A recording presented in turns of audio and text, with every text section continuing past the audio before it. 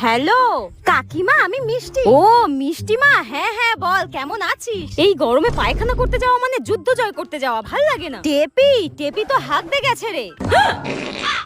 এই নে ধর, মিষ্টি ফোন করেছে, ধর। ধুর, মাও না পারে। হ্যালো, আমি তোকে একটু পরে ফোন করছি রে।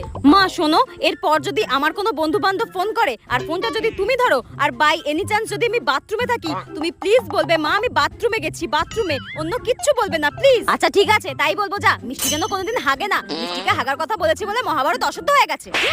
2 দিন পর এই মেয়েটার যে এত ফোন আসে না, কি বলবো। হ্যালো, কে বলছো? টেপি আছে, আমি টেপির বন্ধু বলছি। টেপির বন্ধু? উফ, বাথরুমে কি গরম। কিন্তু বাবা, টেপিকে তো এখন ফোনটা দেওয়া যাবে না, ও তো বাথরুমে গেছে হাত দে। মা, এইভাবে কথা কে বলে? কত কষ্ট করে রাজকে পটিয়েছিলাম, মনে হচ্ছে গামছাটা গলায় ফাঁস দিয়ে আমি নিজের নিঃশ্বাসটাই বন্ধ করে দিই।